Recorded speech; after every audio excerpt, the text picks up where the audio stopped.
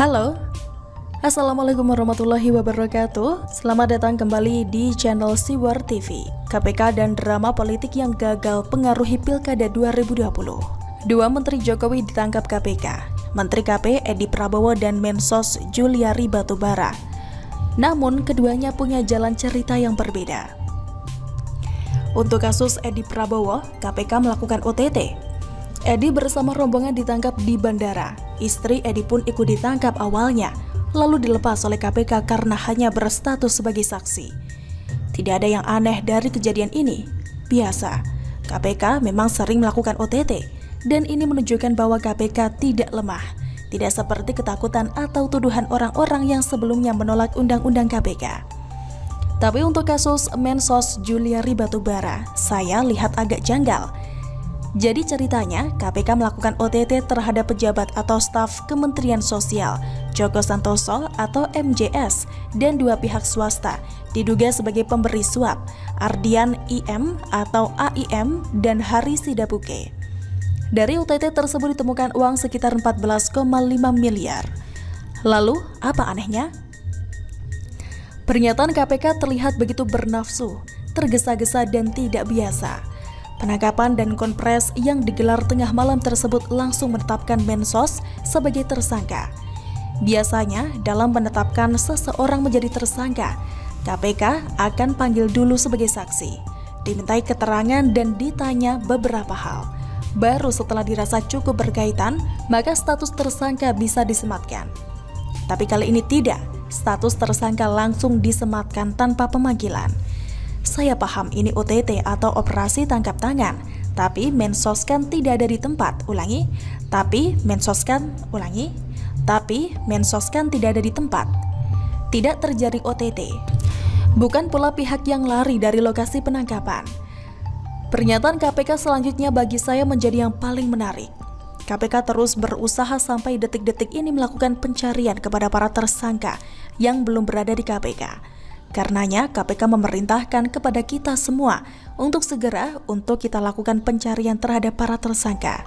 Dan kami imbau, kami minta kepada para tersangka saudara JPB dan AW untuk kooperatif dan segera mungkin menyerahkan diri ke KPK.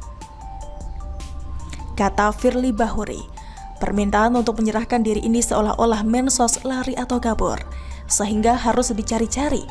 Padahal orang yang dimaksud oleh KPK itu seorang menteri. KPK mestinya cukup kirimkan surat panggilan, maka selanjutnya Mensos akan datang. Bukan memprovokasi di depan media dengan memaksa yang bersangkutan menyandang status buron. Apalagi konpres tersebut dilakukan pada dini hari. Namun hebatnya, Juliari langsung mendatangi KPK 2 jam setelahnya, atau pada pukul 2 dini hari. Selanjutnya PDI Perjuangan sebagai partai tempat bernaung Juliari langsung menyatakan menghormati. Selanjutnya PDI Perjuangan sebagai partai tempat bernaung Juliari langsung menyatakan menghormati proses hukum. Sampai Presiden Jokowi keesokan harinya mengatakan tidak akan melindungi menteri yang terlibat kasus korupsi. Hingga kasus ini gagal menarik perhatian, Sehingga kasus ini gagal menarik perhatian. Ejakulasi dini terlanjur cepat berlalu, Terlanjur cepat berlalu, semua mendukung KPK, drama selesai.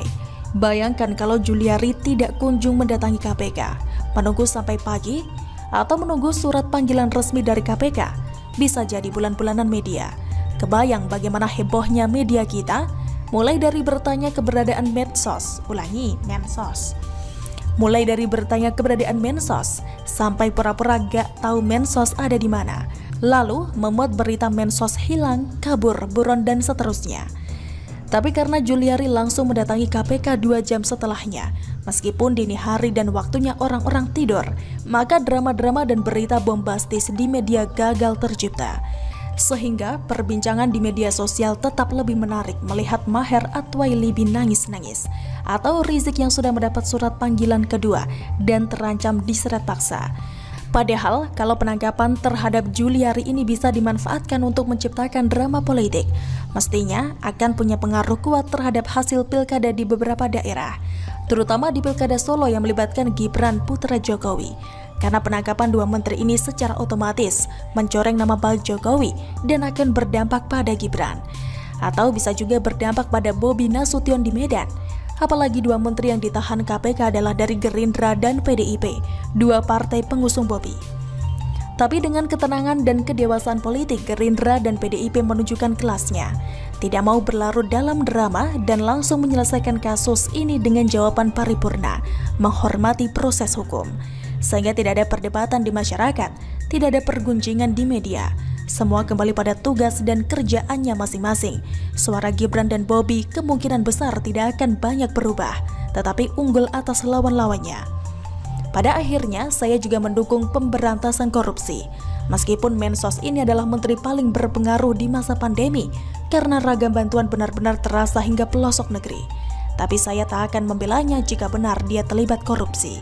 Begitulah kura-kura. Bagaimana menurut Anda? Silakan tulis komentar di kolom komentar. Jangan lupa untuk like, subscribe, dan share. Siwar TV pamit, sampai jumpa. Wassalamualaikum warahmatullahi wabarakatuh.